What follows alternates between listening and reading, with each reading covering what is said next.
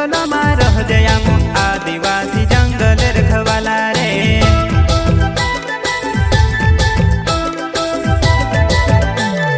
चल जंगल जमीन काजे पूजे रे आदिवासी दुनिया ने रखवाला रे।